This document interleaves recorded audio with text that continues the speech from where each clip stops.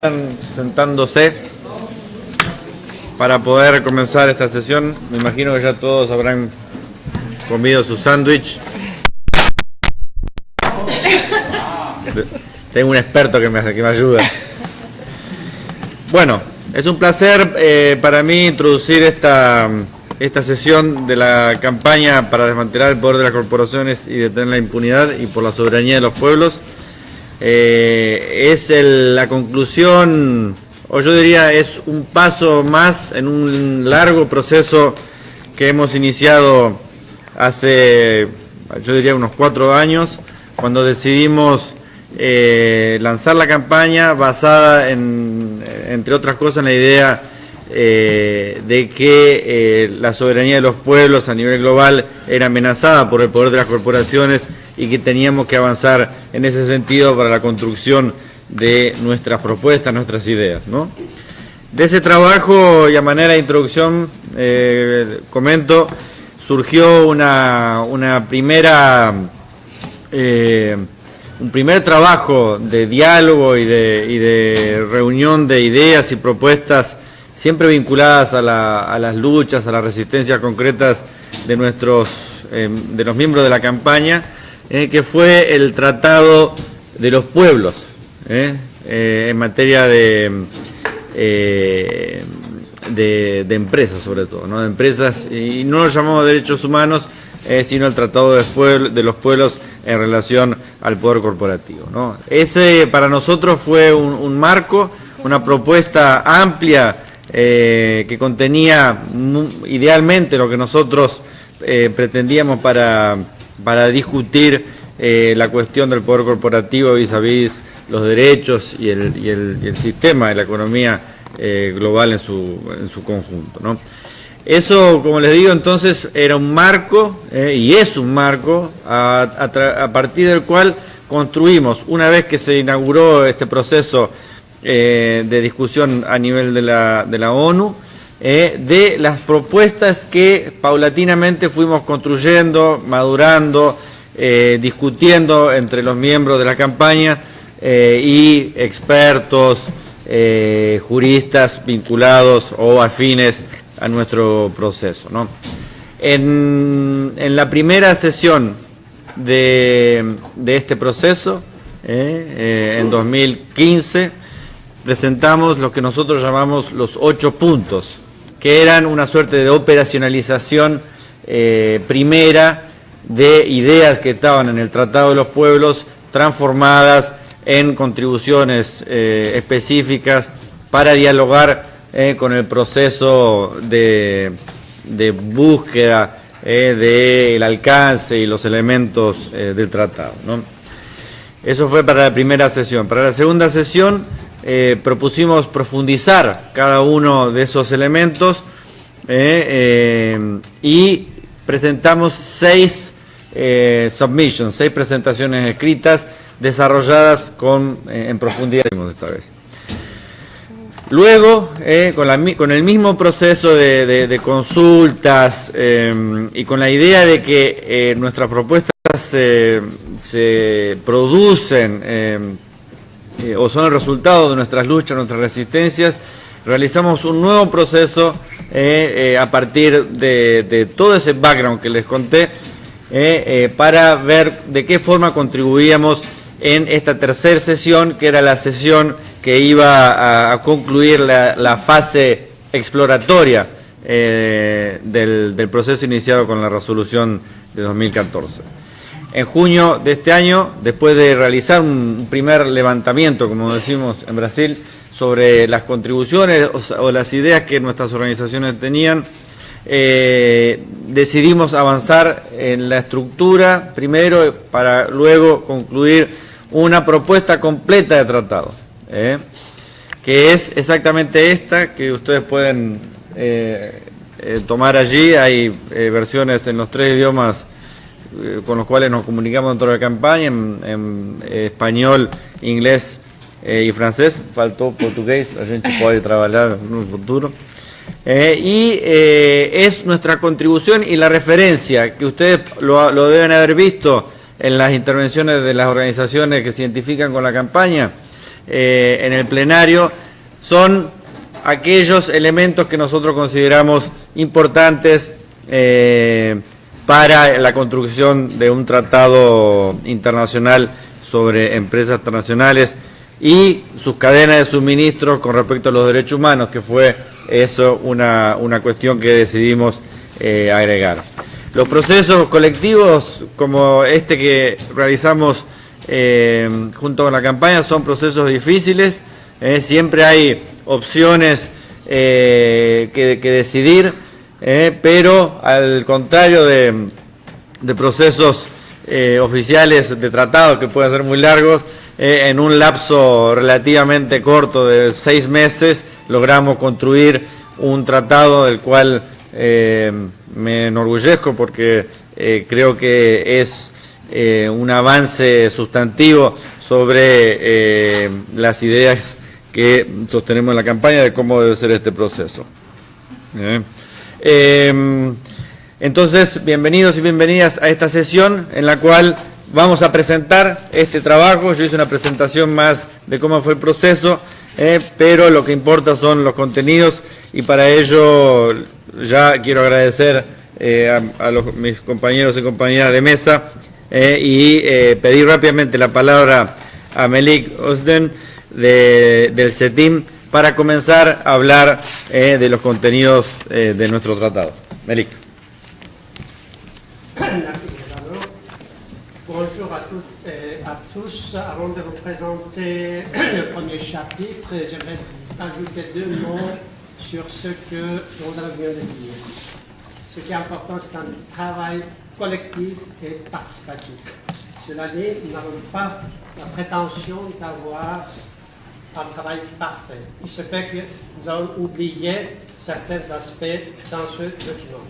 C'est un document n'est pas complet non plus parce que nous n'avons pas eu le temps, par exemple, de rédiger les annexes. Dans les annexes, il y a des choses très importantes comme la future Cour internationale sur les sociétés transnationales, donc sur son fonctionnement. Donc, nous n'avons pas eu le temps parce que le travail collectif et participatif, ça prend du temps et nous n'avons pas eu le temps de le faire. Mais l'important n'est pas là. L'important, c'est que nous pensons que ce document, vous avez reçu aujourd'hui en 3 langues, reflète l'essentiel des préoccupations et les revendications des mouvements sociaux et des communautés affectées. C'est ça qui est important. Maintenant, je passe à la présentation de la première partie. Dans le préambule, nous avons souligné que les sociétés transnationales ont la responsabilité de respecter et protéger les droits humains. Bon, là, je profite pour expliquer ce que ça veut dire protéger les droits humains, parce que dans la salle plénière du groupe de travail, malheureusement, on entend tout et n'importe quoi. Quand on dit protéger, c'est que l'entité concernée, une société transnationale, doit faire tout pour ne pas violer les droits humains elle-même et dans sa chaîne de valeur. Il ne s'agit pas d'une obligation générale qui revienne naturellement à l'État, parce que l'État doit protéger non seulement tout ce qui se passe sur son territoire, mais les droits de toute sa population. Donc, ce n'est pas pareil. Donc, cette précision étant faite, nous avons précisé aussi dans le préambule les obligations directes des sociétés transnationales. Tout simplement parce que c'est le mandat de ce groupe de travail. Sinon, il n'y a aucun intérêt de continuer à travailler dans ce cadre-là. Bien sûr, en disant ça, on n'a pas oublié les obligations des États. Les États doivent naturellement protéger ces populations contre l'ingérence ou contre violation de tierces personnes. Ça peut être un groupe d'individus, ça peut être une entité, ça peut être une transnationale, que sais-je. Maintenant, dans le principe, je continue donc dans le chapitre 1er, dans le principe, nous avons mis un élément important qui pourrait paraître un peu pourquoi on a mis ça. Nous avons dit, les États parties réaffirment que les États demeurent les seuls sujets principaux du droit international. Qu'est-ce que ça veut dire? Ça veut dire que c'est les États, évidemment les États ne sont pas seuls, il y en a d'autres acteurs au niveau international naturellement, mais ça revient aux États d'établir des normes. Donc c'est une prérogative des États. Donc nous avons préciser cet élément-là dans le principe au paragraphe 3. Un autre élément très important que nous avons précisé dans le principe, c'est la primauté du droit international des droits humains sur tout autre instrument juridique, en particulier sur ce concernant le commerce et l'investissement. Heureusement pour nous, dans le document de l'Équateur, on trouve le même principe. Maintenant, nous avons aussi mis dans ce principe que les États devraient adopter les mesures nécessaires pour engager la responsabilité pénale civile et tout autre type de STN en cas de violation des droits humains. C'est un aspect très important pour les communautés affectées, pour les militants qui luttent sur le terrain, pour pouvoir responsabiliser les sociétés transnationales sur ce chapitre-là. Ensuite, nous avons aussi précisé que les obligations étatiques prévues dans les accords et traités relatifs au commerce et à l'investissement sont soumises aux obligations établies dans notre projet. Donc, un autre élément très important aussi, les États ne devraient pas accepter les demandes des STN se fondant sur les traités internationaux relatifs au commerce et à l'investissement qui affectent l'obligation des États de respecter et protéger et donner effet aux droits humains. Donc, le chapitre suivant concerne la mise en œuvre de ce traité et application des sentences prises dans un autre pays. Comme vous le savez, aujourd'hui, même quand on fait des procès et on obtient un gain de cause dans un pays donné, qu'est-ce qui se passe? L'entreprise, la compagnie concernée retire ses avoirs dans le pays concerné pour aller ailleurs. Donc, pour appliquer les sentences, c'est extrêmement important. Nous avons précisé ça au paragraphe 10 des principes. Maintenant, concernant les droits concernés ou, si vous préférez, les droits protégés, nous avons précisé tout d'abord que dans notre projet de traité, la Charte internationale des droits de l'homme est source de droit pour notre papier. C'est quoi la Charte internationale des droits de l'homme? C'est la Déclaration universelle des droits de l'homme et les deux pactes internationaux relatifs aux droits humains, c'est-à-dire civils, politiques, économiques, sociaux et culturels. Donc, en plus de ça, nous avons précisé que le droit au développement, le droit à l'autodétermination et le droit à un environnement sain, ainsi que tous les droits collectifs des peuples et communautés autochtones sont protégés par notre papier. C'est un élément extrêmement important. Ensuite, nous avons défini toute une série de concepts, par exemple, ce que c'est une société transnationale, ce que c'est une chaîne de valeur, ce que c'est une responsabilité solidaire, l'état d'origine d'une STN, l'état d'accueil, les institutions internationales économiques et financières officielles, entités financières, ce que c'est les dirigeants des STN, comment on définit les personnes et communautés affectées et obligations extraterritoriales des États. Quand on dit extraterritorial, naturellement, il s'agit pour un État de prendre des mesures contre une entité qui opère à partir de son territoire mais viole les droits humains à l'étranger. Donc je ne veux pas vous présenter tout ça en détail, je vous invite à le lire, nous n'avons pas beaucoup de temps, mais l'important, ces définitions, c'est extrêmement important. Sinon, les juges nationaux et les juges de la future Cour internationale sur les sociétés transnationales ne sauront pas comment appliquer ce papier. De ce point de vue-là, les définitions sont extrêmement importantes. Je crois que je suis arrivé à la fin de ma partie. Je m'arrête là et dans le débat, on va revenir peut-être. Merci. Ok. Muchas gracias, Melik. Vamos a pasar rápidamente a la parte 3 de este tratado que trata de las obligaciones de los estados, y para ello le voy a pedir a Manuela Roland del Instituto de Derechos Humanos y el Centro, de Derechos Humanos y Empresas de la Universidad Federal de Juiz de Fora y del OMA, que es el nombre de fantasía.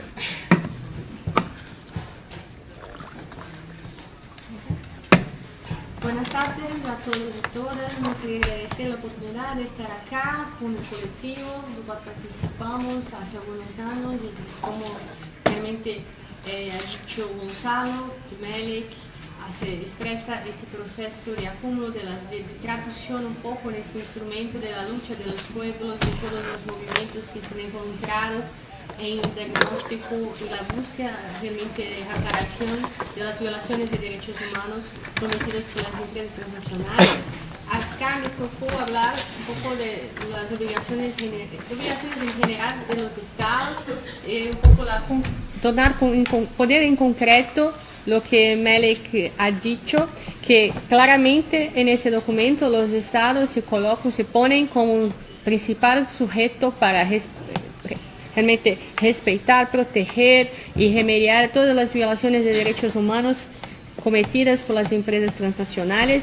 Un aspecto muy importante que está luego en la perspectiva general es que esta responsabilidad se pone en plan nacional y extraterritorial, lo que es uno de los vacíos, las lacunas incontestables de todos los documentos, los instrumentos que tenemos hoy que no son vinculantes, especialmente los principios rectores de cual se habló mucho en este periodo acá. Más una vez tenemos acá también la supremacía del derecho internacional de los derechos humanos, así como especialmente también derecho internacional de trabajo, sobre todo los acuerdos de inversiones, comercios y relaciones internacionales que los estados puedan tener de carácter económico con otros actores. Y es importante también reconocer que en este instrumento la dinámica de responsabilidad que se establece acá es cooperativa. Entonces los estados también no pueden establecer relaciones con otros de los estados que los obliguen o que les fuesen a no obviamente cumplir con el tratado o también desrespetar derechos humanos. Me gustaría de establecer también otros puntos que son especialmente importantes, que es la necesidad, la obligación de los estados permitir, claro, dar los instrumentos necesarios para el acceso a justicia a todos los afectados por violaciones de derechos humanos de las empresas, y también en la perspectiva de respetar los derechos humanos. Tenemos que ver que están consideradas también las empresas públicas que también tienen que establecer mecanismos de monitoreo donde la participación de la sociedad civil es muy importante. Yo pienso que en este instrumento, así como hay un poco en los elementos, pero en este instrumento un punto que se destaca, que se pone en un grado aprofundizado, es todo el proceso de reconocimiento de la importancia de la participación y monitoreo de la sociedad civil, no simplemente el proceso que se establece formalmente de due diligence entre solamente la perspectiva de la empresa y los estados. Entonces la participación de la sociedad civil es muy importante. Tenemos también previstas acá medidas de prevención, donde me gustaría destacar que los estados partes deben adoptar medidas de prevención, como fue debatido ahora recientemente en la plenaria, que puede incluir la suspensión de la elaboración con una empresa transnacional. Quer dizer, de cualquier acuerdo de comercio. Yo pienso que ese también es un paso un poco más ambicioso con relación a la perspectiva de los elementos, porque además de poner la obligación de establecer derechos, hay la necesidad, no solamente ese derecho deben estar establecidos en los marcos jurídicos, pero la prerrogativa también de pedir la nulidad, el descumplimiento de los compromisos que no estén de acuerdo con los derechos humanos, ¿sí? Un aspecto también importantísimo que yo pienso que expresa todo este proceso de la lucha de los pueblos y de los movimientos es la necesidad de la consulta previa, informada a las organizaciones de los movimientos, a los pueblos en los territorios, que pueden ser afectados por los emprendimientos. Entonces los estados tienen la obligación de proveer esta consulta. Claro, un avance también en esta perspectiva, yo pienso que ocurre en todos los territorios hoy en día, es garantizar que va a haber respuestas para las consultas, ¿no? Y que estas consultas van a tener resultados, de alguna manera establecer un marco para la perspectiva de planeamiento de la actividad económica, lo que es muy importante también. No es una cosa solamente de información de lo que se hace, y mismo hay un contenido de vinculación entre lo que he dicho en la consulta y que va a ser hecho por los emprendimientos corporativos. También hay una parte más específica sobre la obligación de los estados de proteger los derechos humanos.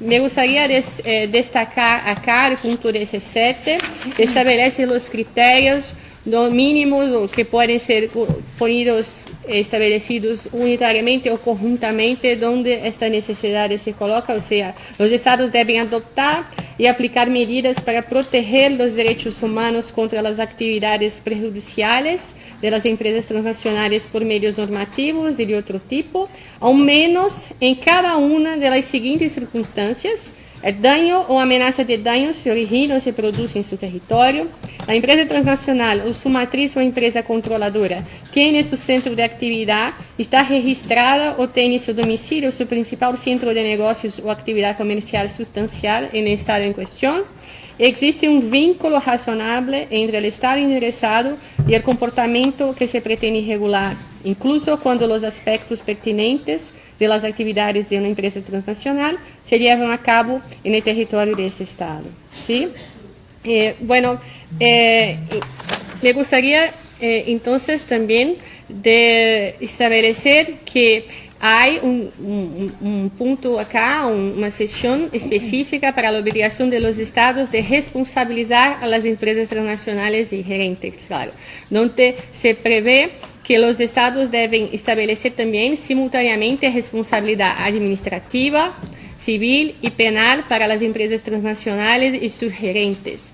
Entonces, está prevista también toda la perspectiva de la responsabilidad a las personas físicas. Y los estados también deberán utilizar uno o más de los enfoques que van a estar previstos acá en el tratado, en propuesta nuestra de la campaña, para establecer la responsabilidad de las empresas matrices. Yo pienso que ese es un punto también focal, importantísimo para la efectividad de la perspectiva reparatoria y de la responsabilidad de las empresas transnacionales en el marco también de la extraterritorialidad, que es una lacuna, un vacío muy importante en el marco jurídico internacional. Entonces tenemos el reconocimiento del principio de responsabilidad empresarial. Para los efectos de este tratado, los estados partes deben reconocer a toda empresa transnacional y su cadena de suministro como una sola empresa. Este es un aspecto importante. Y establecimiento de una presunción iuris tanto de la responsabilidad de la empresa matriz respecto de las vulneraciones de derechos humanos cometidas por sus filiales y cadenas de suministro. Y estas obligaciones todas que están contenidas acá no se extinguen en caso de que la empresa transnacional sea liquidada. Bueno, también me tocó la perspectiva de la cooperación con relación a la perspectiva de la responsabilidad, o sea, la necesidad de que para que la responsabilidad se extienda, alcance la perspectiva extraterritorial y ocurra en una dinámica de colectividad, es imprescindible la perspectiva de la cooperación entre los estados también parte. Y acá me gustaría entonces de... Fala un número de capítulo. Sí, es parte 6. ¿Sí? de documento, que son los mecanismos de cooperación internacional en investigación, jurisdicción y ejecución de sentencias. Yo pienso que la parte que más sintetiza todo el espíritu de ese documento en la perspectiva de la cooperación, en el punto 2 de la parte 6, que dice que los estados partes deben cooperar para garantizar que las empresas transnacionales cumplan las obligaciones detalladas en la parte 2 de este tratado. Estas obligaciones incluyen medidas para prevenir el riesgo real de daños por parte de las empresas transnacionales y sus cadenas de suministro, y la necesidad de hacerlas responsables en el caso de que no lo hagan. Si necesario, los estados deben garantizar de forma conjunta y separada el remedio efectivo para las personas y comunidades afectadas. Entonces, a toda una previsión de intercambio de información, de intercambio de mecanismos también de monitoreo, a perspectiva también bueno, de un conjunto de mecanismos de cooperación que están previstos en punto 7, que son, en particular, la investigación conjunta, la transferencia de procedimientos, la protección de los testigos, la criminalización de la obstrucción de justicia por parte de las empresas transnacionales y sus gerentes, la extradición y transferencia de personas sentenciadas, medidas de aplicación y medidas para estrechar la cooperación entre autoridades de aplicación. Al final, en punto 10, ningún Estado parte puede exonerarse ni exonerar a otro Estado parte o otra parte contratante de las responsabilidades por violaciones establecidas en el presente tratado.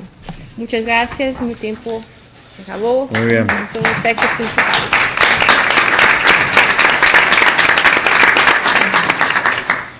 Muchas gracias, Manuela.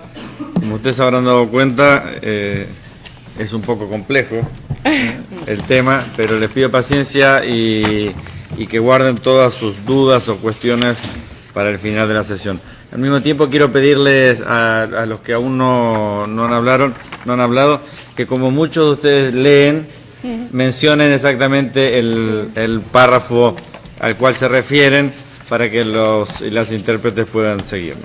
Entonces, voy a invitar ahora a Livia Arenal de API Cooperación para hablarnos de las obligaciones de las transnacionales, que es el capítulo, la parte 2 del tratado. Gracias. Buenas tardes, ¿se oye? Sí, buenas tardes. Bueno, me ha tocado hablar de la parte correspondiente a las obligaciones de las empresas transnacionales.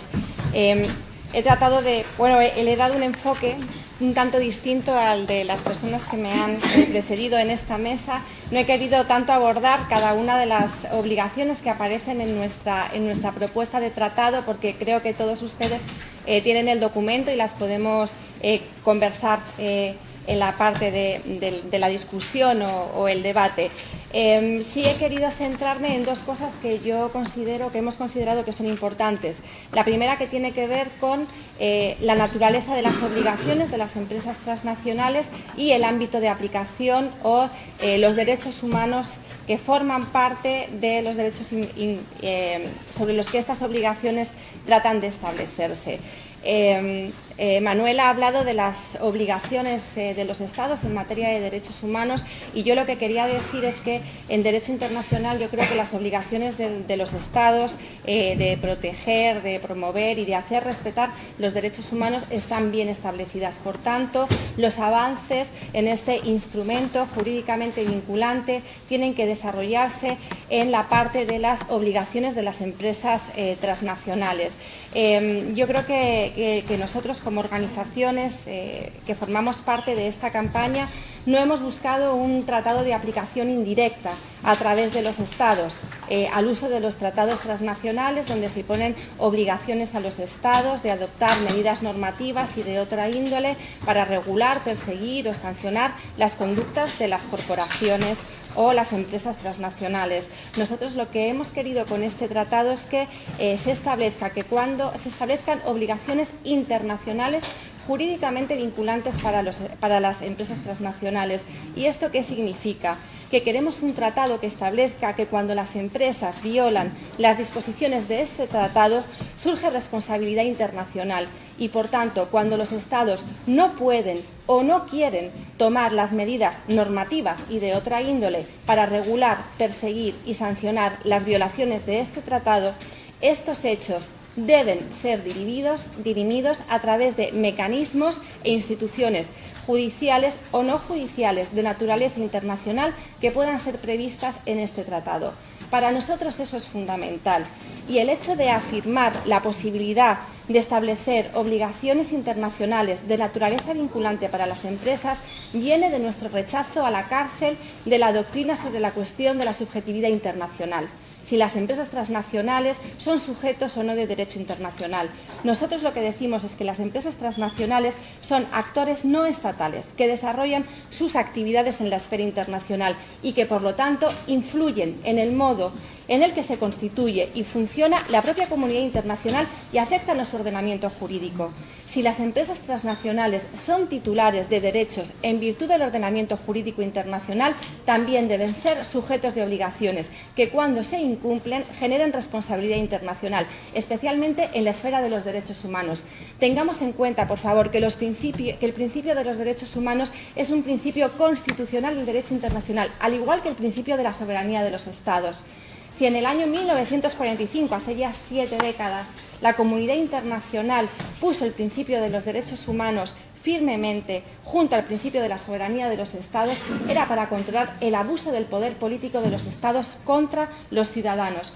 Hoy tenemos que decir que las graves violaciones de derechos humanos no se producen solamente en estos patrones de conducta tradicionales exclusivamente atribuibles a los Estados. Hoy las violaciones de derechos humanos se producen como consecuencia del abuso del poder económico y el poder económico-político de las transnacionales, a veces en complicidad, a veces en connivencia y a veces capturando a los propios Estados. Es por ello que todos los derechos humanos que son parte de los instrumentos jurídicamente vinculantes, pero también los derechos humanos que aparecen en las declaraciones y en los otros instrumentos de soft law, deben formar parte, o por lo menos considerarse en el marco de este tratado. Hoy quiero, de alguna forma, responder a un comentario que escuché en uno de los paneles que se realizaron ayer por la tarde en la sesión de la plenaria. La persona que vino en representación de las organizaciones empresariales dijo que los derechos humanos no son cuestiones de las empresas. Pues a mí me gustaría decirle que todos y cada uno de los derechos humanos que hoy están reconocidos y protegidos por el derecho internacional son y pueden ser violados por las empresas transnacionales.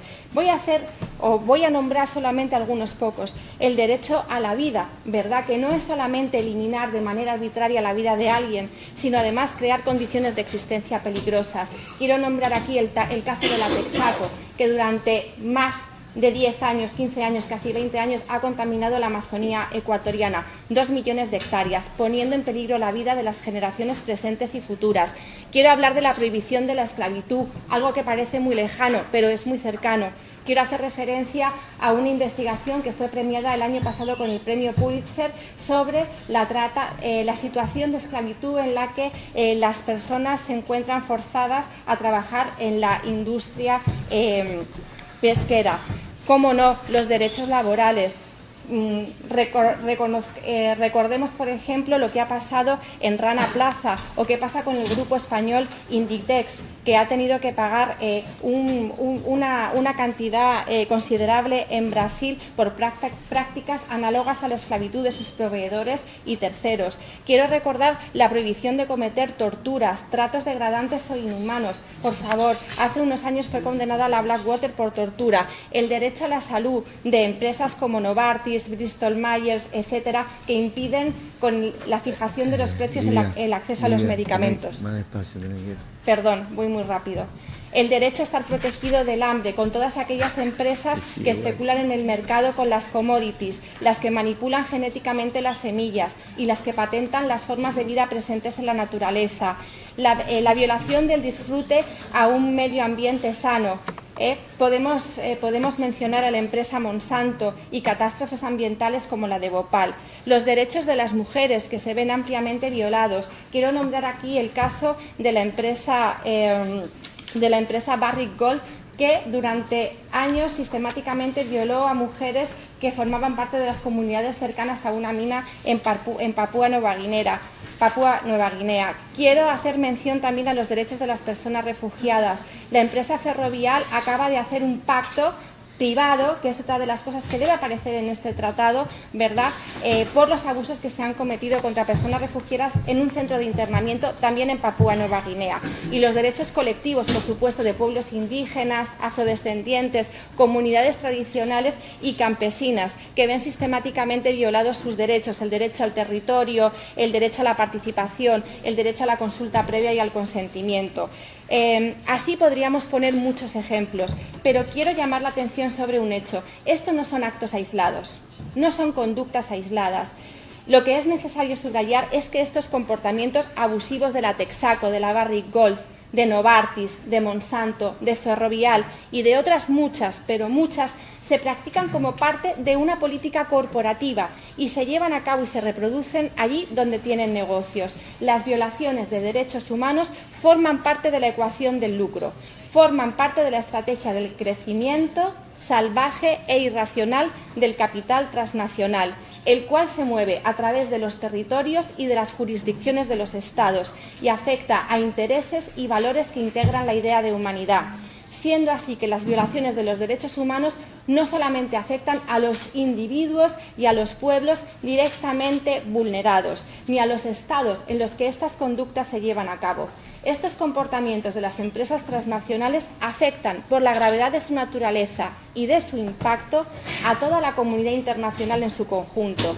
Y es por ello que, con objeto de prevenir y evitar la impunidad de la que éstas gozan en virtud de la deficiencia de los ordenamientos domésticos, de la escasa eficacia de la cooperación internacional y de las lagunas del derecho internacional en la materia, es por ello que pedimos y exigimos que los gobiernos realicen un ejercicio de coherencia no solamente política, sino también ética, y apoyen este tratado, pero un tratado que genere obligaciones internacionales jurídicamente vinculantes para las empresas.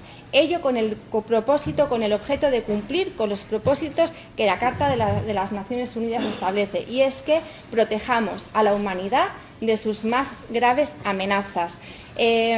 Las obligaciones de las empresas transnacionales están en el documento.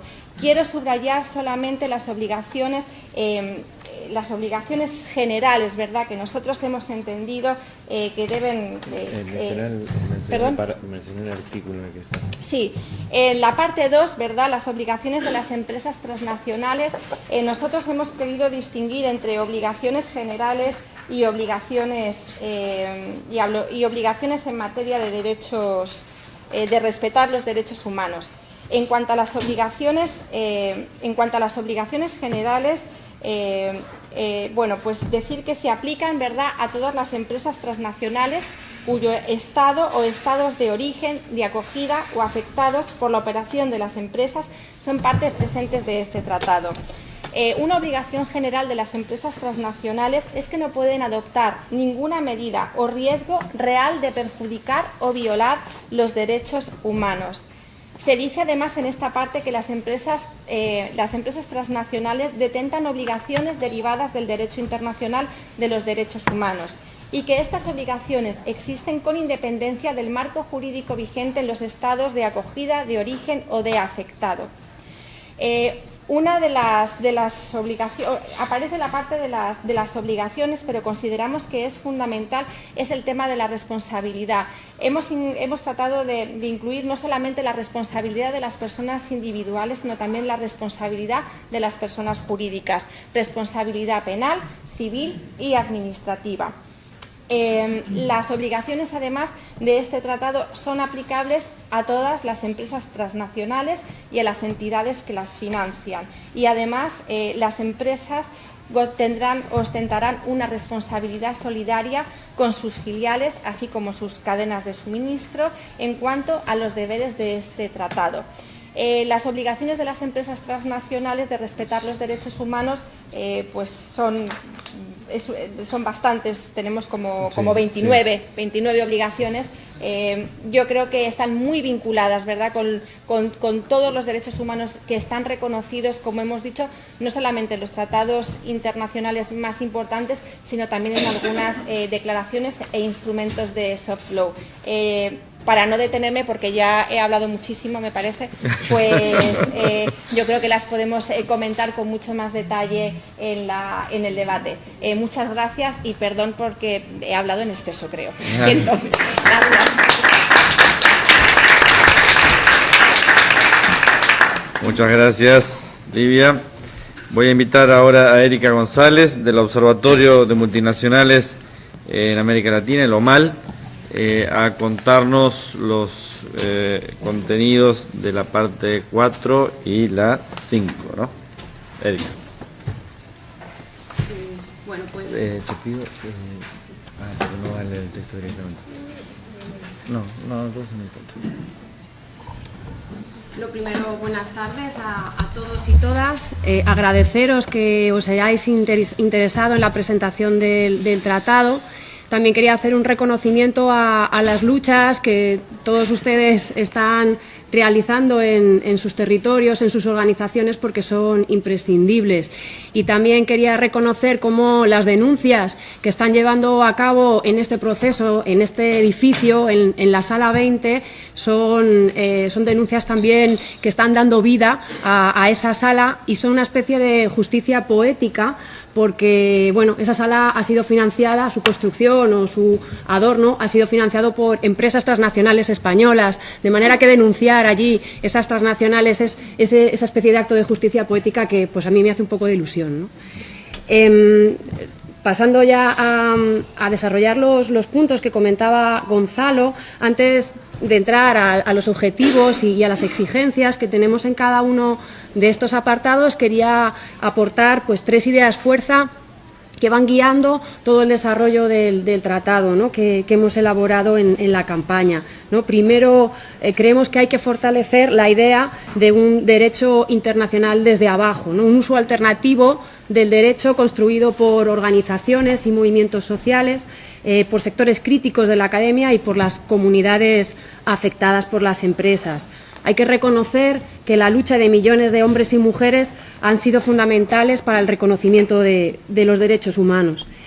Otro de los ejes es que es imprescindible poner límites al enriquecimiento de las élites económicas. Tiene que haber un acuerdo internacional que deje fuera de la acumulación de capital los derechos humanos, medioambientales y laborales.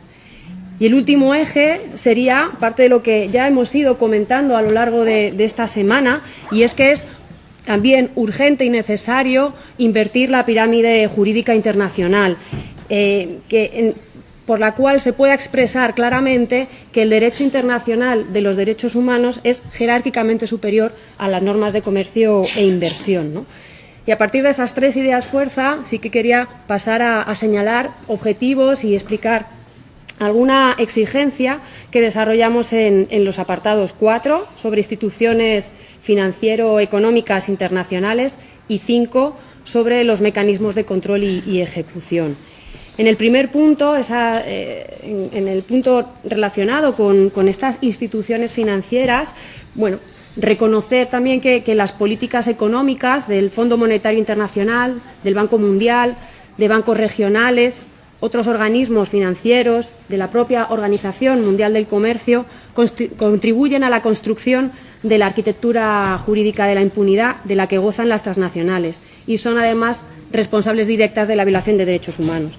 Bueno, la mayor parte, o si no todos y todas, de las que estamos en esta sala conocemos cómo los planes de ajuste estructural y condicionalidades de los créditos están suponiendo fuertes impactos y el deterioro de los derechos humanos, al igual que esas demandas de mayor liberalización en los acuerdos de libre comercio y la financiación directa de proyectos de transnacionales, ¿no? El propio Banco Mundial admitió que no tiene mecanismos de vigilancia para saber si los proyectos que financia violan o no violan derechos humanos, ¿no? Lo deja muy claramente.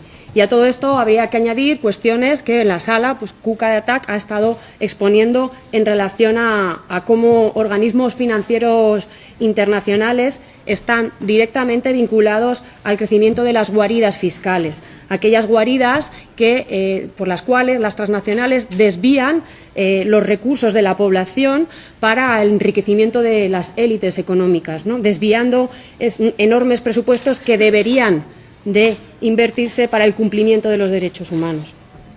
Por eso, en este capítulo 4 sobre instituciones exponemos cuestiones como, leo, ¿no?, las instituciones financiero-económicas internacionales deben respetar todas las normas y reglas del derecho internacional en general. Además, el Banco Mundial y el Fondo Monetario Internacional, como agencias especializadas de la ONU, están obligadas por los principios y objetivos generales de la Carta de las Naciones Unidas, que incluye el respeto a los derechos humanos y las libertades fundamentales.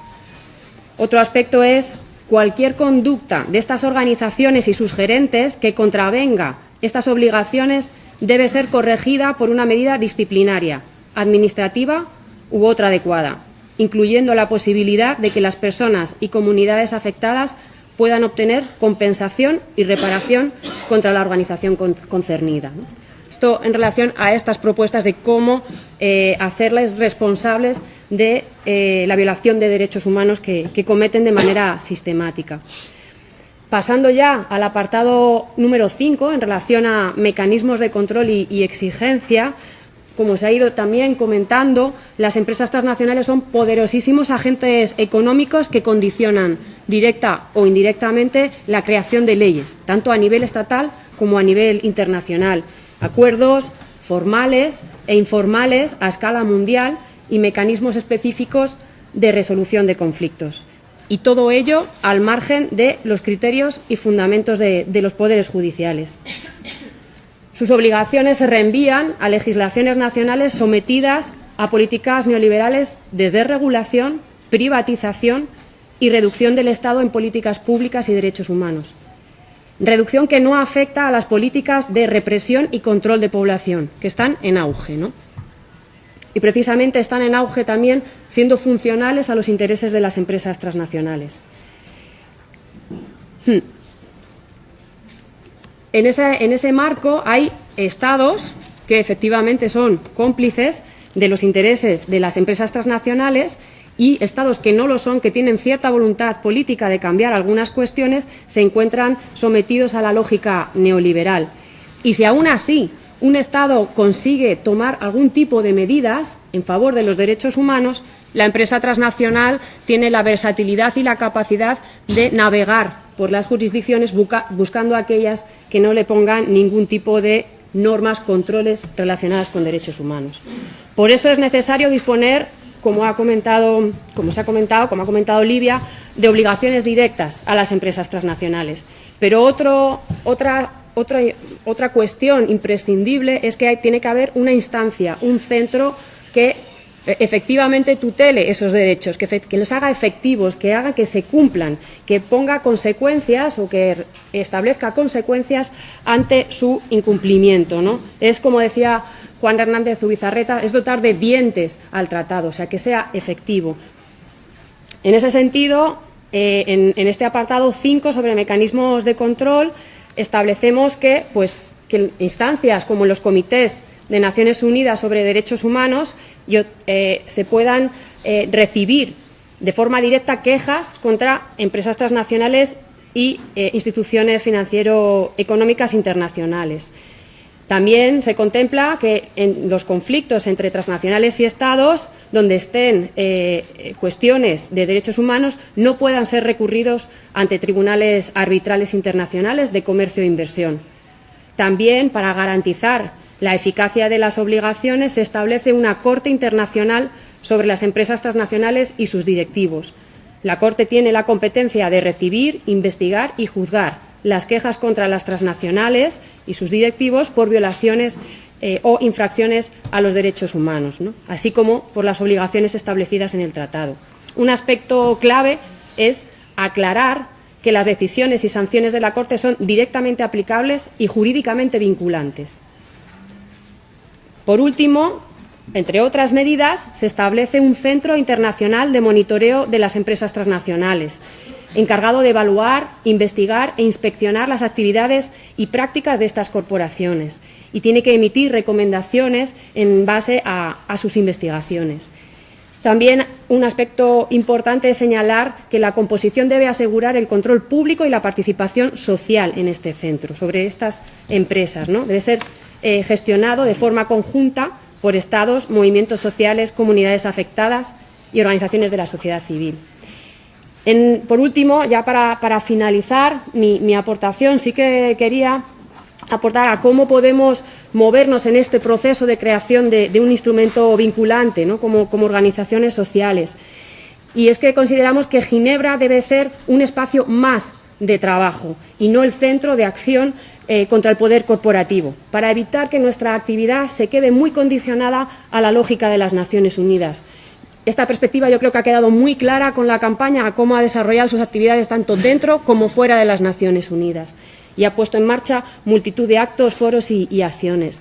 No podemos esperar a los tiempos del Consejo de Derechos Humanos, no son los tiempos de los movimientos sociales. Así que vamos a seguir potenciando lógicas globales contrahegemónicas, alianzas frente a los acuerdos y tratados comerciales y, desde el ámbito jurídico, seguir profundizando la crítica a los planes de empresas y derechos humanos que emanan del marco voluntario de Ruggie. Vamos a seguir empujando leyes nacionales para controlar a las transnacionales. Hasta la presentación de un tratado por parte de la Presidencia, si llegamos a este fin, que ojalá que sí, nos tenemos que mover con propuestas alternativas, con textos contundentes, claros, con ideas fuerza nítidas, al margen de la lógica voluntaria que atraviesa el marco Ruggie. Y respecto a la metodología de negociación, sí que queremos nosotros señalar que nuestra idea de realismo no es la misma que tienen los gobiernos y las transnacionales. El realismo y el pragmatismo, de la que se ha citado en varias ocasiones la Unión Europea, establecen en la mayor parte de las ocasiones procesos vacíos, sin contenido. Y nosotros queremos un tratado con contenidos, no queremos un tratado a cualquier precio. Y estas serían las reflexiones que, aporto para presentar el tratado como, parte de esta construcción de herramientas. Muy bien.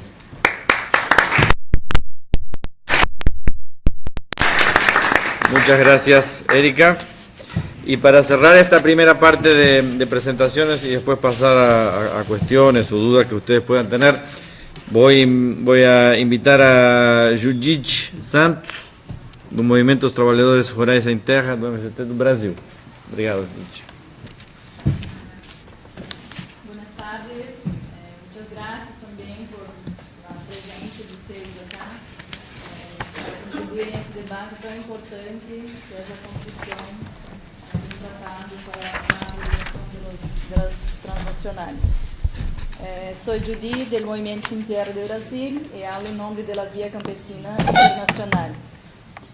Y a mí me tocó entonces el punto 7 y el punto 8, que se trata del acceso a la justicia y reparación y mecanismo de participación.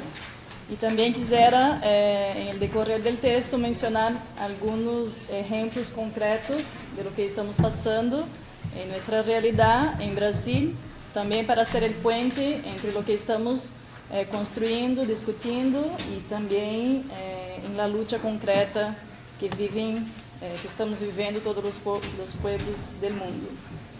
El Movimiento Sin Tierra es un movimiento social que lucha por la tierra, obviamente contra as transnacionais, do agronegócio e também em defesa do território, da soberania e da vida. Sabemos que, vou ler para otimizar o tempo, sabemos que o objetivo principal das empresas transnacionais é ampliar sua ganância actuando em el controle de los bienes naturais e explotando a mão de obra barata de los trabalhadores pobres do mundo. En el sistema capitalista todo se vuelve mercancía. Ellas buscan la ganancia extraordinaria con la exploración y venta de los bienes de la naturaleza, transformándolas en mercancía. Para garantizar su poder, presionan los gobiernos para cambiar la legislación de los países, como están haciendo ahora mismo en Brasil con el gobierno golpista. Están privatizando nuestro petróleo, nuestros minerales, el agua, la biodiversidad y hasta el oxígeno están privatizando a través de los créditos de carbono. También queremos denunciar el capital financiero internacional, porque son los bancos internacionales con su dinero sucio y irresponsable que viene a nuestros países y financian la expansión de las transnacionales. También es necesario un control de la acción del capital financiero internacional en todo el mundo. Entonces, por eso me parece que la acción práctica que hicimos hoy por la mañana dialoga con ese tema del control también del capital financiero internacional. El MST en ese sentido se suma a todos los reclamos del mundo para que se construya un tratado vinculante para regular las acciones de las empresas transnacionales. Ese tratado debe ser participativo y colectivo para que exprese realmente la voz de los pueblos del mundo, que es la voz de los de abajo.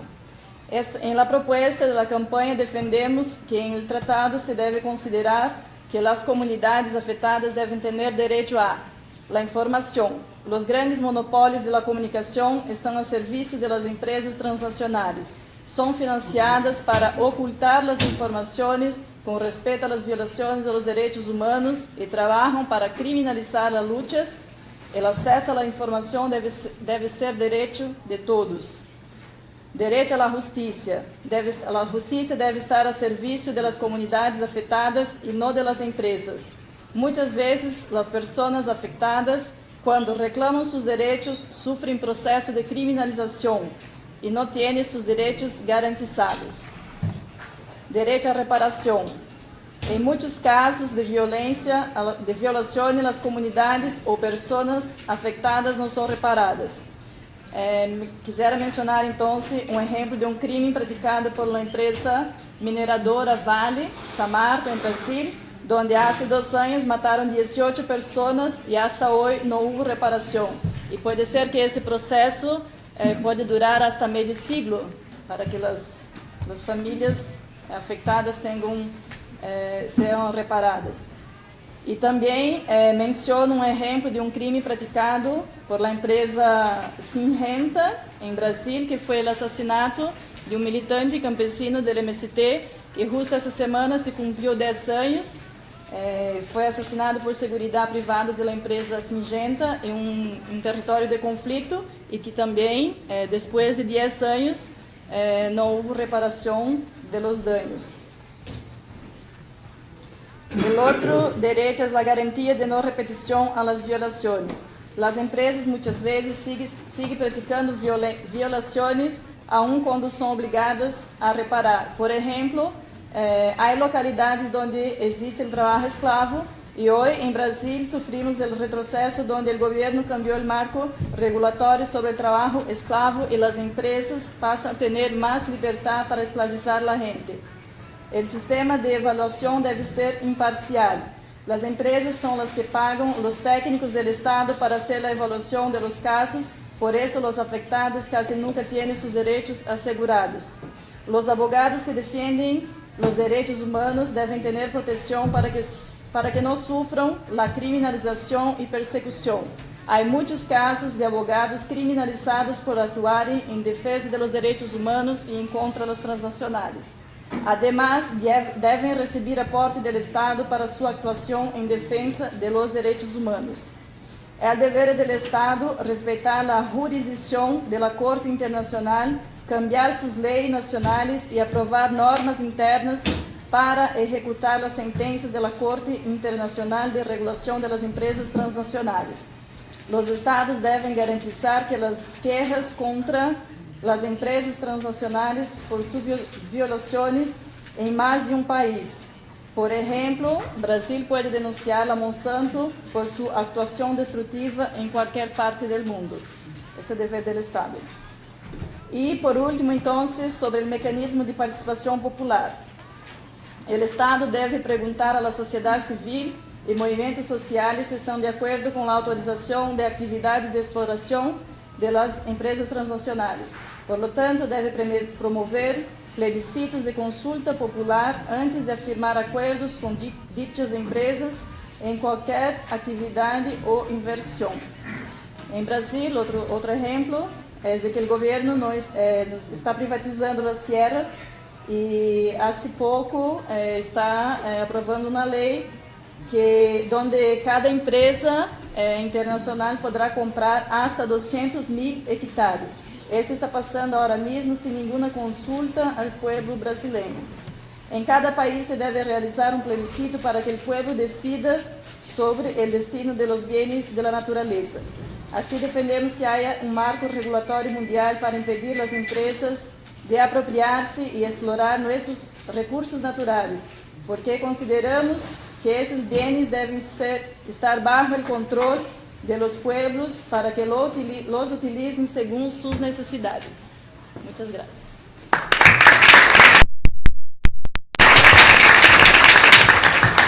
Bueno, muchísimas gracias a todas y Melik, los panelistas que ayudaron a presentar este esfuerzo colectivo.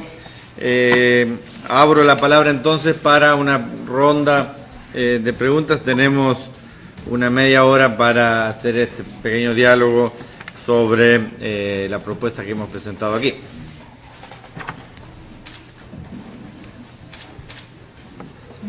Hola, yo soy Chena, soy de Mari, Comunidad de Afectados por Discapacidad, también de parte de la Vía Campesina.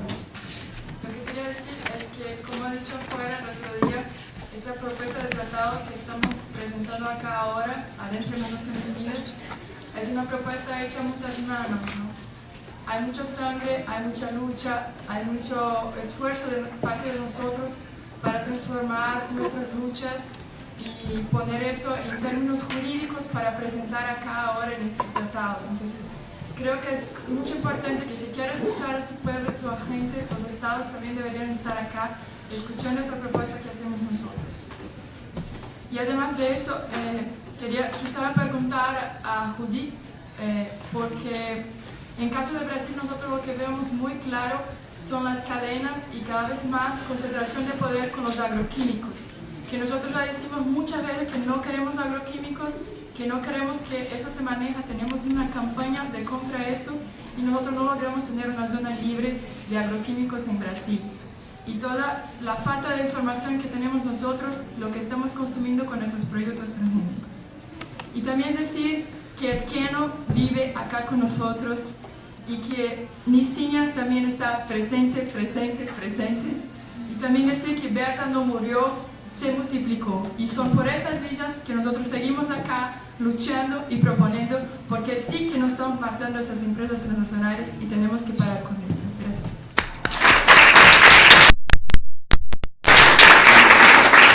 Obrigado, gracias. Pablo. Buenas tardes con todos y con todas. Bueno, realmente coincido con Chena. Nada más que preguntas, decirles, sentámonos contentos y creo que hiper orgullosos de que colectivamente se ha construido esta propuesta. Obviamente algunos trabajaron mucho más que otros, pero es propuesta de los colectivos, de los afectados, de las víctimas, de las ONGs que trabajan en muchas partes del mundo en defensa de los derechos humanos, de la vida, de los pueblos indígenas, de la naturaleza. Es la propuesta de los pueblos. La segunda parte ahora es cómo defendemos esta propuesta. O sea, ¿qué tenemos que hacer para que los estados escuchen nuestros sentimientos e incorporen en el tratado que oficialmente van a aprobar nuestra propuesta? Y ahí viene la segunda parte, que es la lucha nuestra para lograr ese objetivo.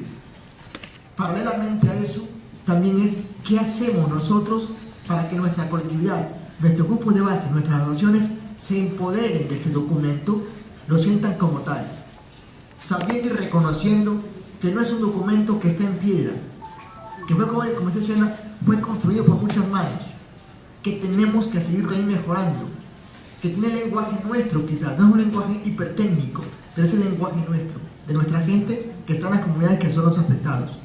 Tenemos que mejorarlo, estoy completamente de acuerdo. Hay que seguir trabajando en el documento. Pero mi pedido es, hagamos el esfuerzo en cada país, en cada jurisdicción, para que este documento sea, primero, empoderado en nuestro grupo de base y segundo, sea escuchado por los gobiernos. Obrigado, gracias. Henk. I'm going to speak English. My name is Henk Smith from Legal Resources Center in South Africa, and also we also participate in the regional campaign effort where the People's Thinking was promoted, and we want to congratulate the authors with a document which is a difficult project, because you also try to write like states would write. One pretends that one is in the chair of the state, because at the end of the day, the states are going to own the treaty. But we want to say this also. The headings and the front page talks about the campaign to reclaim people's sovereignty. But it's only on page 11 where we see the word sovereignty again. At the bottom of, in a very restrictive manner, because it's only to do with traditional peoples and perhaps not going much further than the safeguard principle of the World Bank and what they came out with last year. This morning we heard free, prior, informed consent mentioned 14 times, including by states. And there is perhaps a challenge to give content to FPIC that puts development, that puts people and communities at the center of development. Now, part 8, which is on page, in my one, is on page,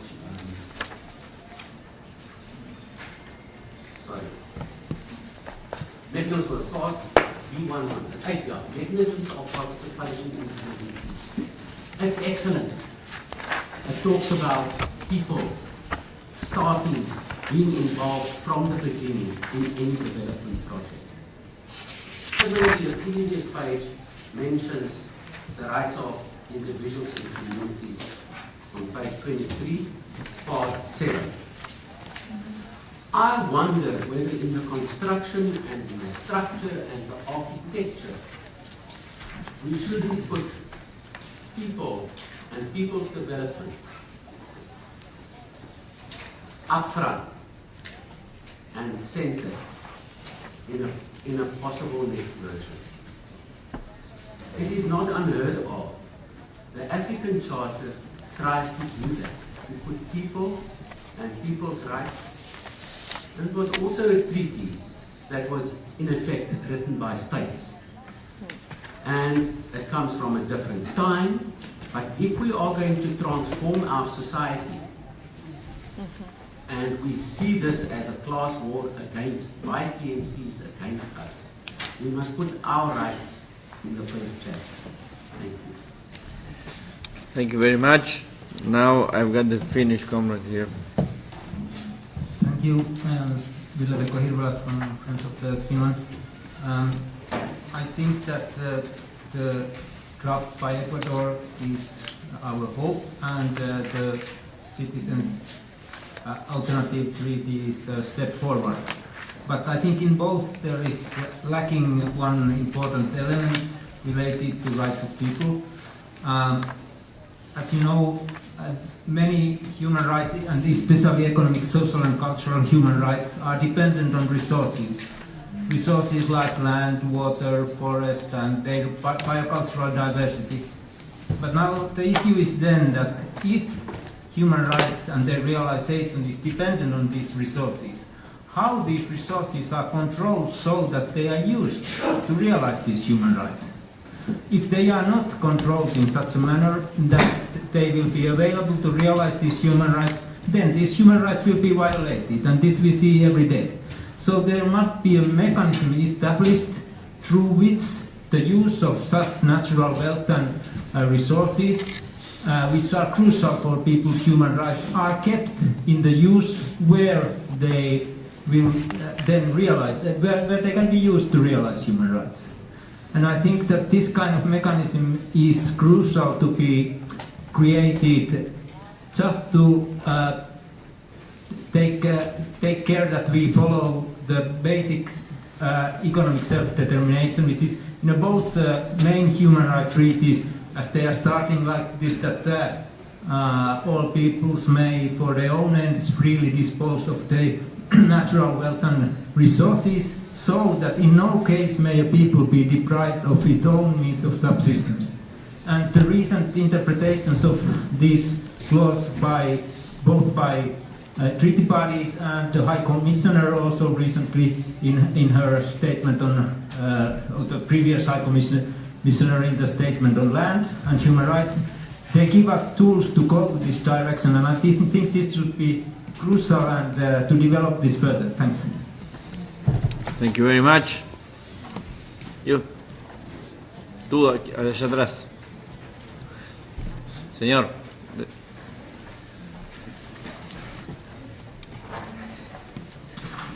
Buenas tardes con todas y con todos, y agradecido por la presentación de la propuesta de las compañeras y compañeros del panel.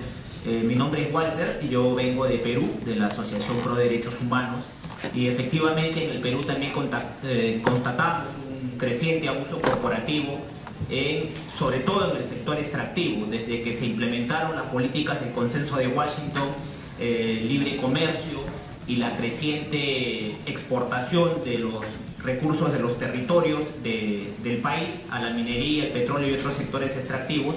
Hemos visto una creciente influencia de las corporaciones en el financiamiento, por ejemplo, de candidatos a la presidencia y al Congreso de la República, en la presión política y mediática para leyes que puedan favorecerlos, y el uso incluso de dispositivos constitucionales que garantizan su estabilidad tributaria y económica en ventaja con otras empresas locales.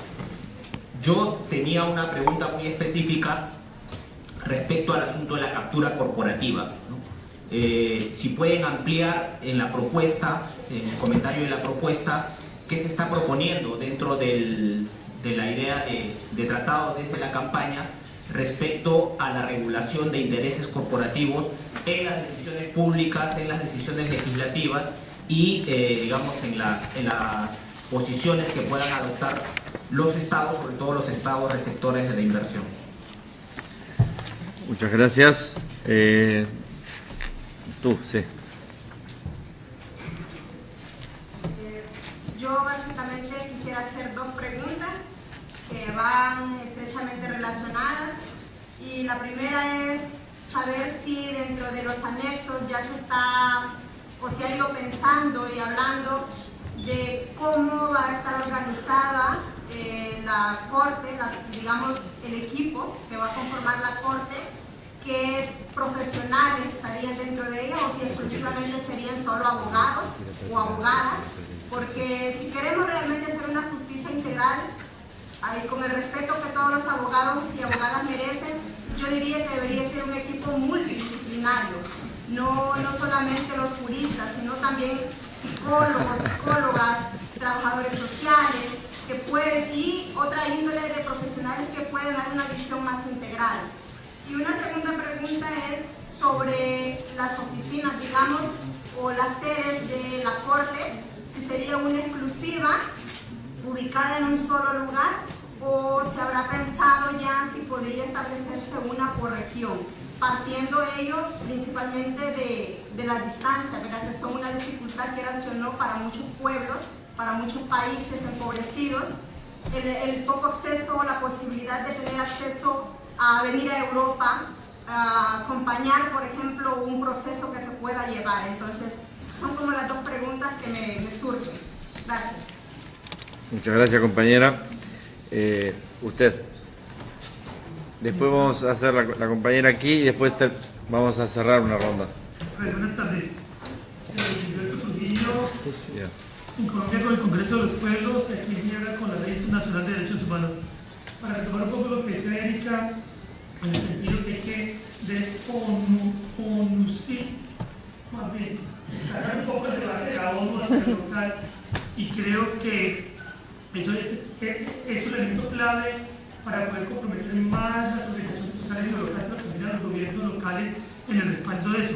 En ese sentido, solamente por comentarles algo, en unas reuniones que hemos tenido virtuales esta semana con la Central Unitaria de Trabajadores de Colombia, con el Congreso de los Pueblos, algunas organizaciones indígenas en Colombia, hemos decidido que en cada pliego de lucha, de exigencia que vamos a tener de las luchas en Colombia, vamos a incluir el tratado como una demanda de cada una de las organizaciones sociales que le vamos a hacer al gobierno colombiano.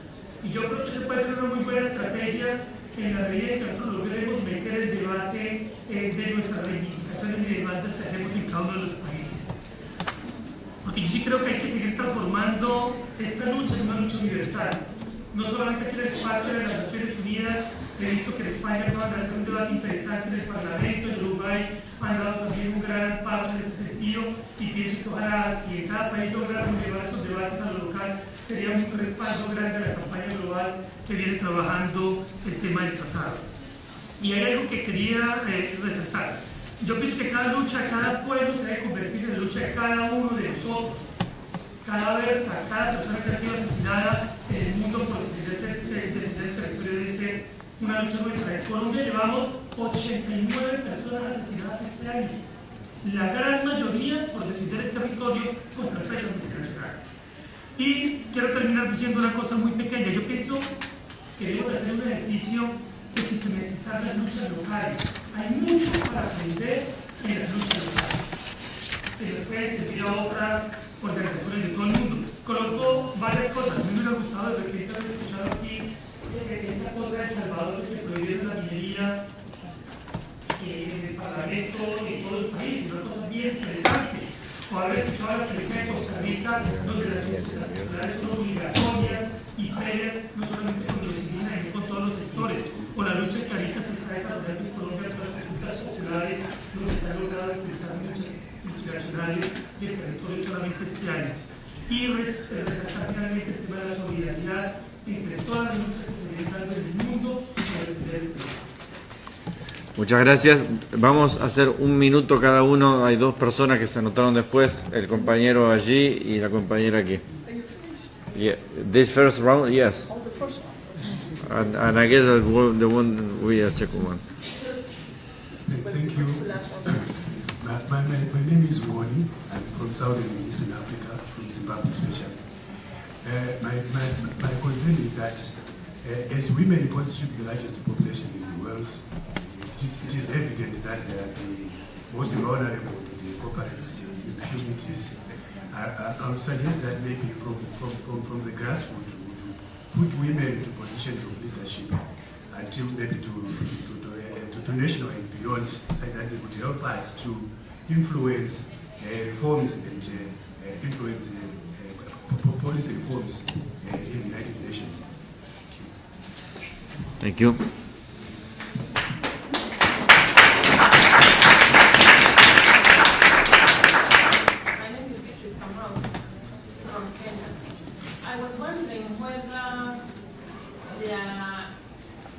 There is a way that we can capture in this document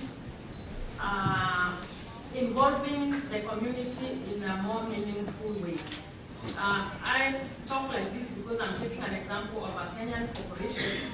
It is called Kinangop Wipak, which initially was a government project and for a startup.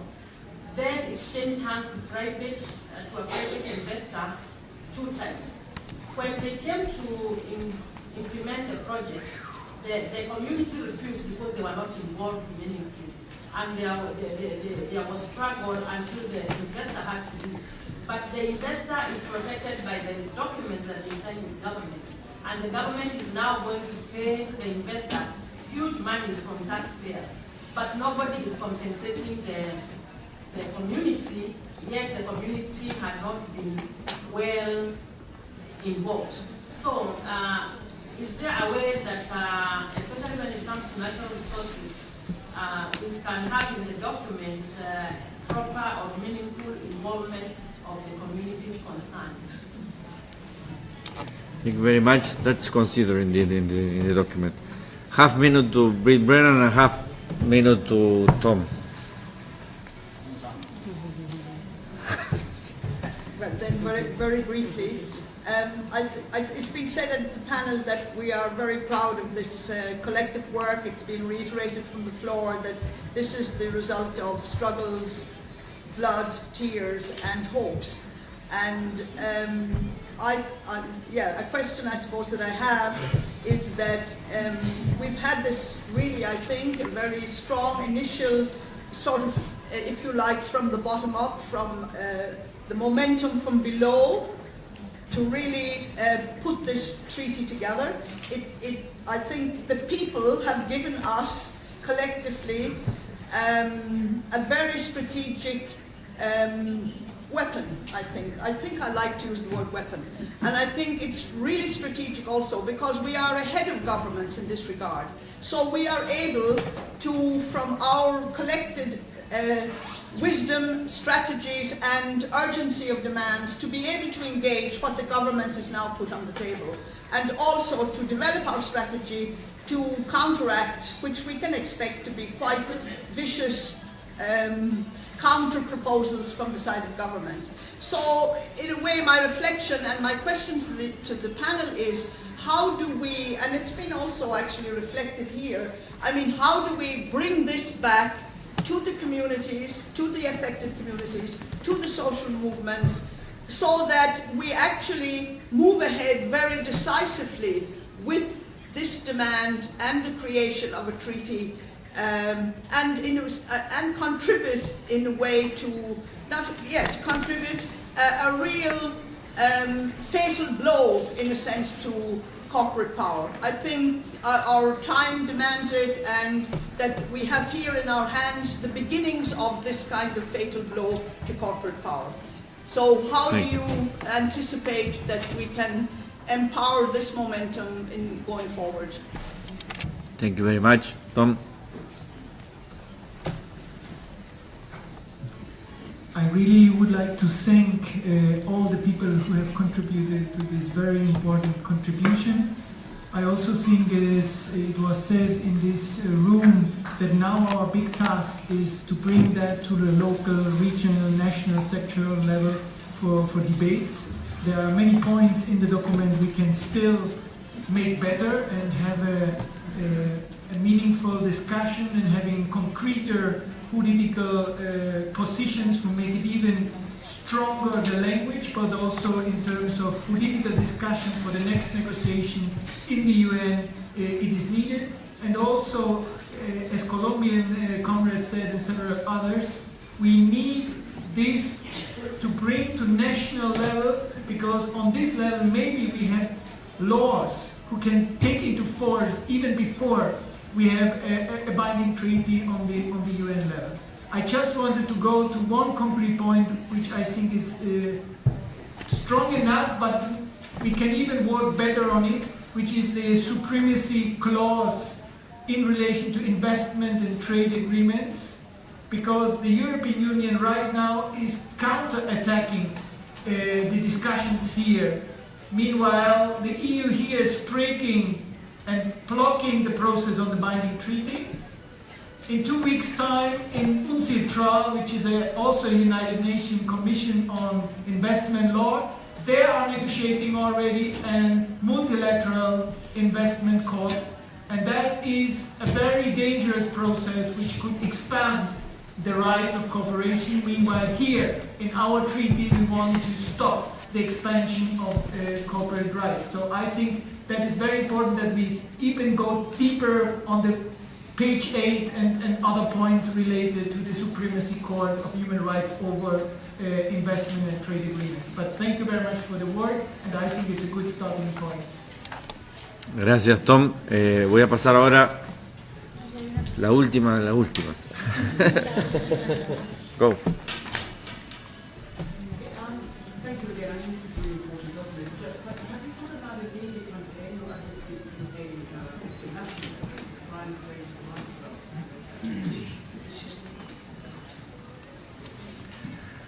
Okay, thank you very much.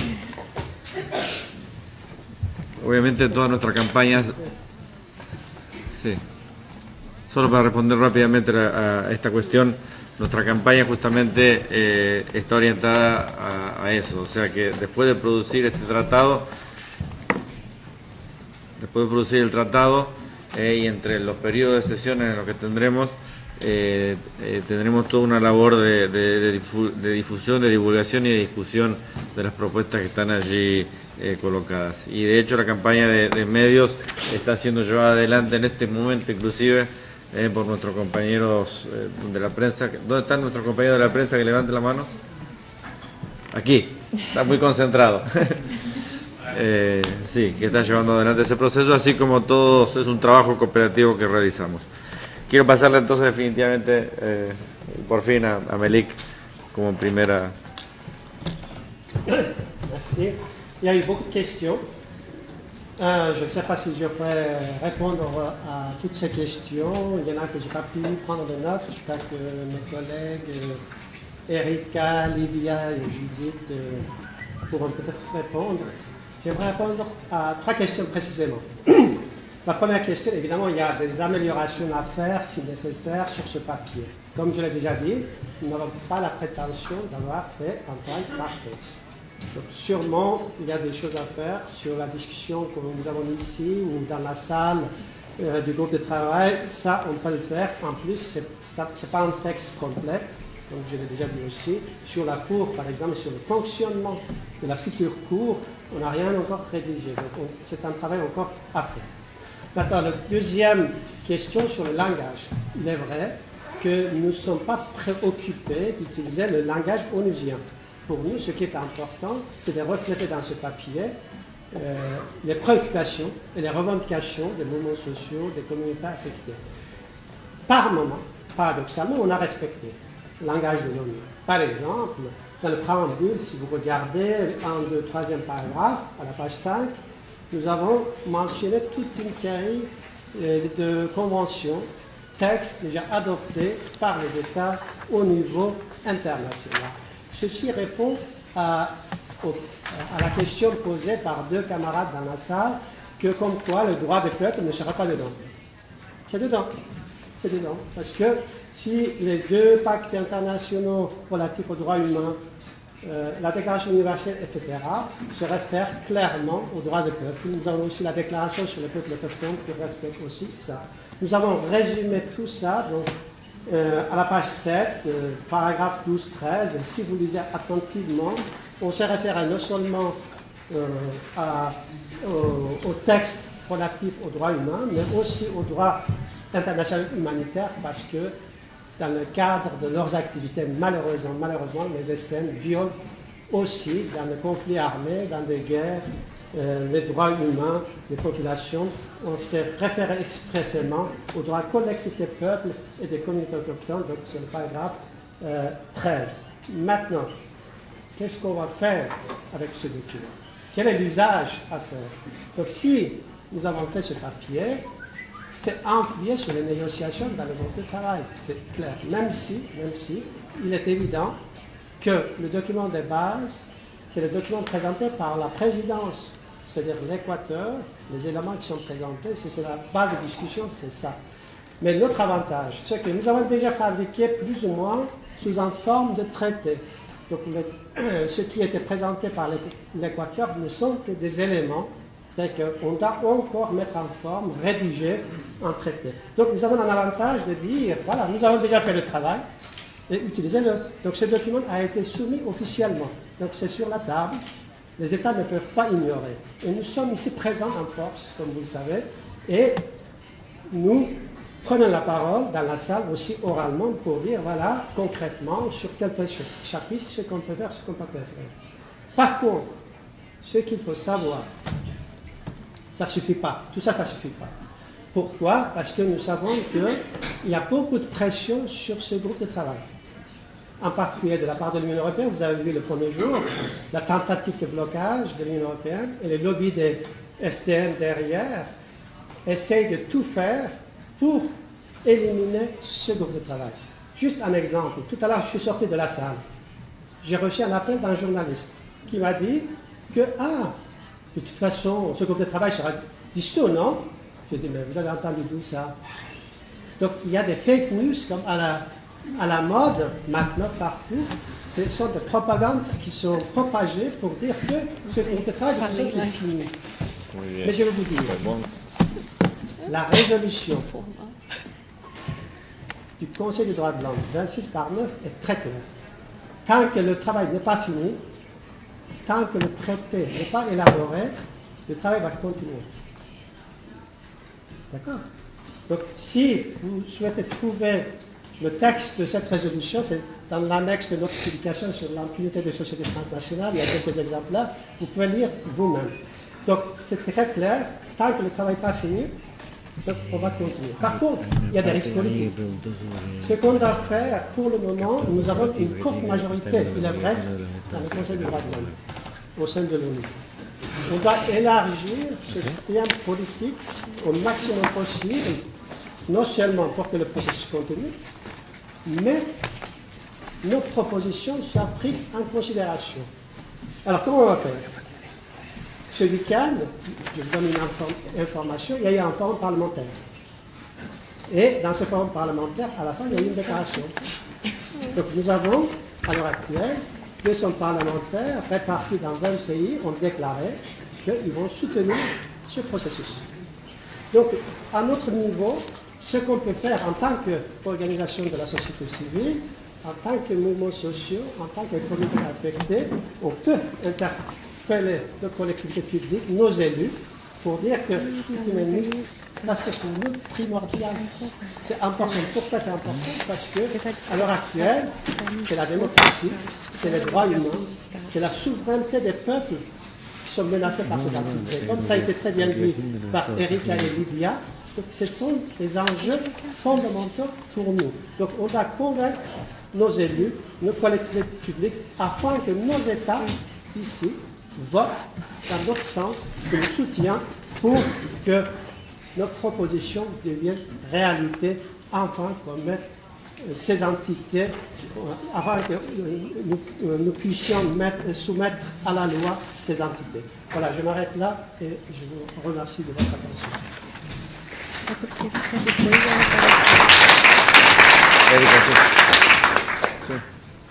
Vamos a hacer la comparación. Bueno, sí que aparte de los comentarios y aportaciones que yo creo que es momento también de seguir haciendo, como decían, es un documento en construcción que puede ser depurado, mejorado y más socializado para que se incluyan más aportaciones y más contribuciones. O sea que yo creo que todas estas reflexiones pues son pertinentes y se deben de tener en cuenta, ¿no? Yo sí que pondría el énfasis en el aspecto que ha comentado Pablo Fajardo, que de alguna manera también es parte también de lo que ha comentado Brit Brennan, ¿no? Una vez que tenemos esta herramienta, ¿qué hacemos, ¿no? Para fortalecer las redes, para fortalecer las alianzas de la campaña global Desmantelemos el poder corporativo? ¿Cómo transformamos o cómo nos imaginamos que de este instrumento que tenemos, que de este tratado pueden salir más herramientas que fortalezcan nuestro tratado, nuestro trabajo? Quiere decir, como decía Melik, ¿no? ¿Cómo podemos pensar en este tratado como una herramienta de presión hacia los gobiernos, ¿no? Dar una vuelta y ver si hace falta tener ideas fuerza más concretas y con eso presionar más sobre determinados puntos a gobiernos o no. O sea, eso es verdad que forma parte de la estrategia futuro y del trabajo que queda por hacer.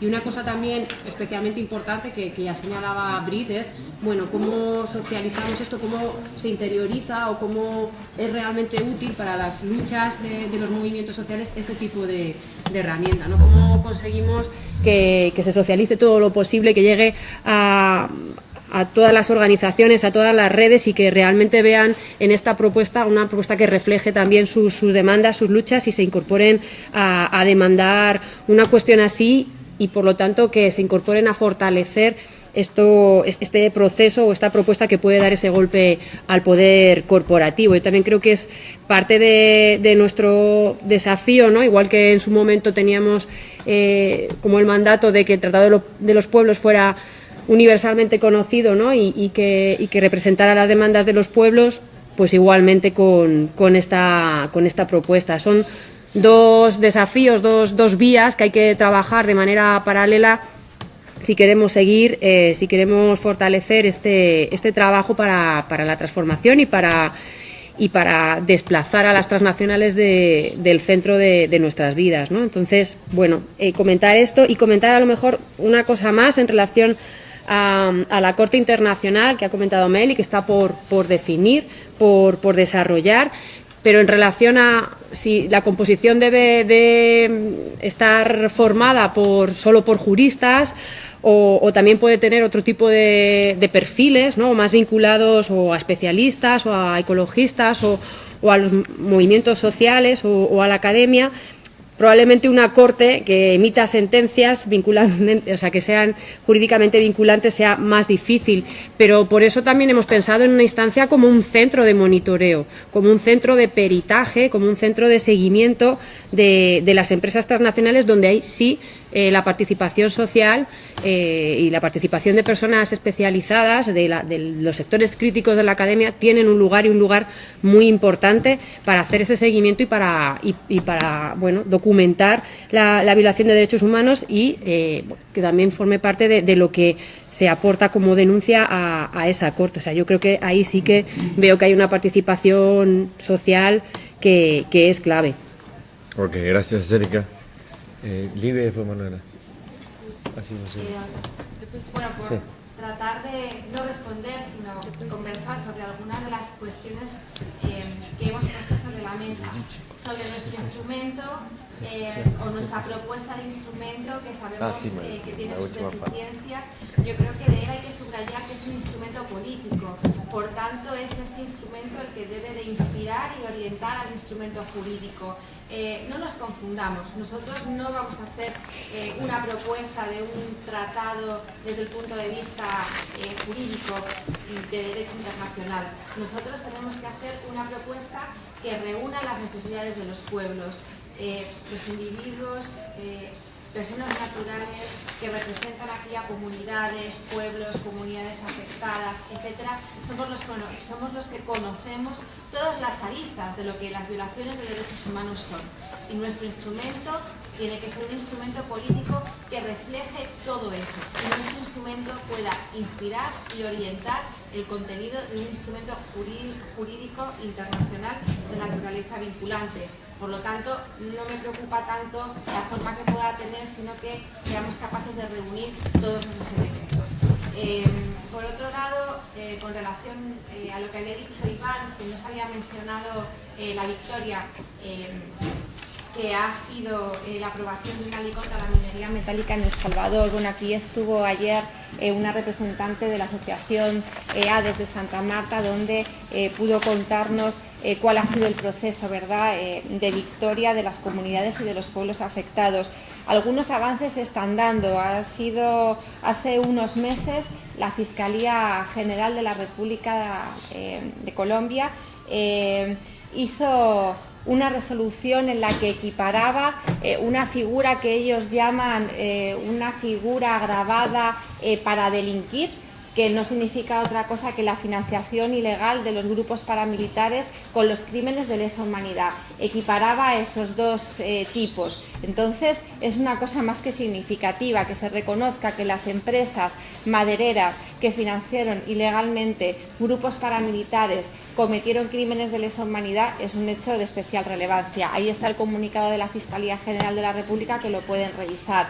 Hace unos meses una corte holandesa condenó a una empresa también holandesa por complicidad en crímenes de guerra y crímenes de lesa humanidad, suministrarle armamento a Charles Taylor durante la guerra en Liberia.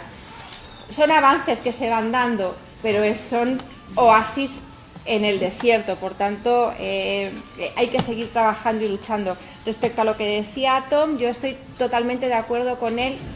Hay que impulsar los procesos nacionales, es decir, los ordenamientos jurídicos domésticos deben trabajar y abordar la cuestión de la responsabilidad de las empresas transnacionales por violaciones de derechos humanos, pero no perdamos nunca de vista que nuestro objetivo tiene que ser un tratado internacional, porque es el único que va a ser capaz de suplir aquellas lagunas que nosotros encontramos en los ordenamientos jurídicos nacionales. Por lo tanto, hay que avanzar paralelamente en los dos caminos. Gracias, Livia. Manuela. Bueno, gracias. Me gustaría añadir, mismo ahora yo iría a hacer un otro comentario, pero esta cuestión es importante de desarrollar mecanismos nacionales, pero también es importante dejar claro que hay una perspectiva muy crítica con relación a planes nacionales de acción, ¿no? Desarrollar mecanismos nacionales no significa desarrollar planes nacionales de acción. O sea, simplesmente desarrollar mecanismos de derechos humanos ya existentes y que no son muchas veces aplicados o insuficientes en un plano nacional y pueden ser complementados también en el plano internacional. Otra cosa también que yo pienso que es importante decir es que en la parte 3 y mismos con relación a la perspectiva de la responsabilidad de los estados, en relación a la reparación por el abuso de derechos humanos por parte de las empresas transnacionales. Hay todo un esfuerzo también de intentar tornar esa perspectiva de la responsabilidad un poco más efectiva y grandiosa con relación a la aplicación, por ejemplo, de la teoría del valor de desincentivo, net damage, que no es solo una perspectiva compensatoria que puede ser aplicada, pero realmente resgatar todo el daño que fue causado por la empresa en el territorio. Otra cuestión es la no aplicación de foro no convenience. En este sentido hay un encuentro, una perspectiva de aproximación entre la perspectiva de los elementos y también la propuesta de la campaña. Una otra cuestión que yo pienso que es importante con relación a la captura corporativa, que yo pienso que hubo una pregunta y yo no estaba acá. Y en la parte también 3 de la responsabilidad de los estados, la propuesta establece en la parte que es proteger los derechos humanos de la influencia política indebida de las empresas transnacionales, a toda la previsión de que los estados no deben dejar que intereses económicos de ningún tipo o inversiones comerciales puedan influenciar la elaboración de políticas públicas, de leyes nacionales que puedan garantizar derechos humanos, la perspectiva también de evitar las puertas giratorias en un plazo variado de años. Entonces hay todas esas previsiones que ustedes después pueden también leer en el documento. Gracias. Muchas gracias, Manuela. Antes de despedirme voy a pedirle a la compañera Yujichi que dé las últimas palabras y con eso concluimos este panel. Muchas gracias a todos y todas. Bueno, gracias por las contribuciones, las intervenciones, que es muy importante para avanzar y llenando las lacunas, ¿no? Yo también creo que sobre el documento, algunas cosas hay que ir acrescendo, ¿no? Sobre lo que apareció en los debates. Y de verdad que también nos parece que hay que traducir en un lenguaje más popular, porque si trabajamos con movimientos sociales, movimientos populares que son afectados, también tenemos que tener un lenguaje más popular para trabajar directamente en la base de las comunidades afectadas. Y también es verdad que nuestros derechos no serán resolvidos con esto, ¿no? El respeto a los derechos humanos no serán resueltos con un tratado, porque sabemos que todos los tratados tienen sus lacunas y las empresas, los estados no respetan ningún tratado internacional. Entonces, así que a mí me gustaría hacer un llamamiento que es tarea de los movimientos sociales en pie de lucha, hacer con que ese tratado se concretice en la práctica, ¿no? O sea, que depende de la capacidad de movilidad, de organización, de lucha de todos los países, en todas las partes del mundo, para que defendamos entonces nuestros derechos humanos y que jamás las empresas transnacionales vão respeitar os direitos. Creio que é um instrumento bastante importante, é uma ferramenta que legitima a luta das populações do mundo, mas não resolve todo o problema. Depende muito da capacidade de luta e enfrentamento. E quando falava China das empresas, dos agrotóxicos, por exemplo, é verdade que em Brasil há destaque no cenário mundial e que não basta regular as empresas do agronegócio, de las semillas transgénicas y de los agrotóxicos. Nosotros no la queremos en nuestro territorio brasileño, no queremos la Syngenta, no queremos la Monsanto, entonces depende de nuestra capacidad de expulsarlas de nuestro territorio. Y creo que el documento, el tratado puede ser una herramienta bastante importante que fortalece la lucha en todos los continentes. Obrigado.